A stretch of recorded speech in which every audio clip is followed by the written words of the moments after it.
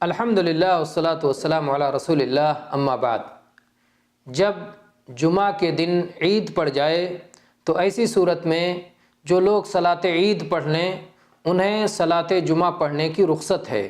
چاہیں تو صلاۃ جمعہ میں حاضر ہو کر کے صلاۃ جمعہ ادا کریں اور چاہیں تو صلاۃ جمعہ میں نہ حاضر ہوں۔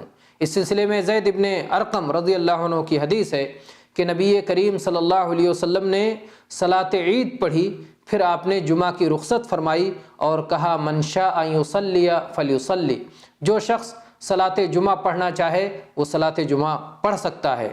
یہ حدیث صحیح سنن ابن ماجہ میں 1082 نمبر پر ہے اور سنن ابن ماجہ میں 1310 نمبر پر اور سنن ابی داؤد میں 1057 نمبر پر موجود ہے۔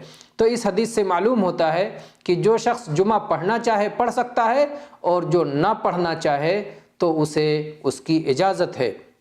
البتہ جو امام ہو اسے جمعہ پڑھانا چاہیے تاکہ جو لوگ جمعہ میں حاضر ہو کے جمعہ پڑھنا چاہیں ان کے پاس اس کا موقع ہو، اور ایسے ہی وہ لوگ جن کی صلاۃ عید چھوٹ گئی ہے وہ لوگ جمعہ میں حاضر ہوں۔ ابو ہریرہ رضی اللہ عنہ بیان کرتے ہیں کہ نبی کریم صلی اللہ علیہ وسلم نے فرمایا، عید کے دن فرمایا، آج کے دن تمہاری 2 عیدیں اکٹھا ہو گئی ہیں، اس لیے عید صلاۃ جمعہ کی طرف سے کافی ہے۔ جو چاہے کہ جمعہ کے بدلے صرف عید پر اکتفا کرے تو وہ ایسا کر سکتا ہے، لیکن آپ نے فرمایا وَإِنَّا مُجَمِّعُونَ، لیکن ہم جمعہ پڑھائیں گے۔ اللہ کے نبی صلی اللہ علیہ وسلم نے اپنے بارے میں فرمایا کہ ہم جمعہ پڑھائیں گے۔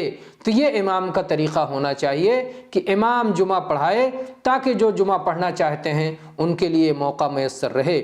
یہ حدیث صحیح سنن ابن ماجہ میں 1083 نمبر پر موجود ہے اور سنن ابی داؤد میں 1060 نمبر پر اور سنن ابن ماجہ میں 1311 نمبر پر موجود ہے۔ ھذا واللہ تعالی اعلم وصلی اللہ علی نبینا وسلم والحمد للہ رب العالمین۔